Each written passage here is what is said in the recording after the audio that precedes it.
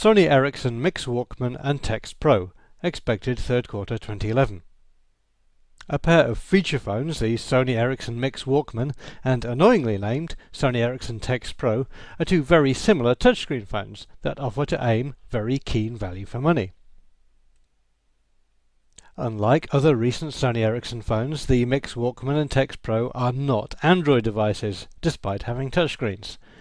With prepay Android smartphones in the UK now edging below the £100 or €110 barrier, it's hard to see what sort of a future these dumb feature phones have. Both handsets have a very similar hardware specification, the main difference being that the Text Pro has a slide-out QWERTY keyboard.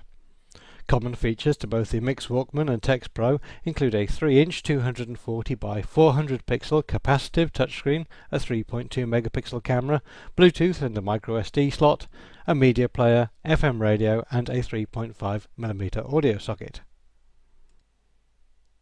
As is common with devices like this, neither handset supports 3G, but they do support Wi-Fi, which means that they can be used for free on a home wireless network.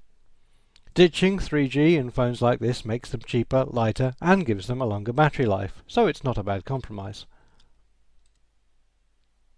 Despite not being smartphones, there seems to be a decent amount of software built in, including a web browser, email client and support for Twitter, Facebook and Google Talk.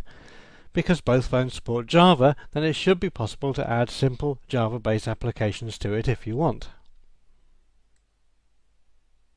The Mix Walkman comes with an enhanced Walkman media player, which includes a zap-in key to preview the lyrics on the next track to see if you really want to listen to it.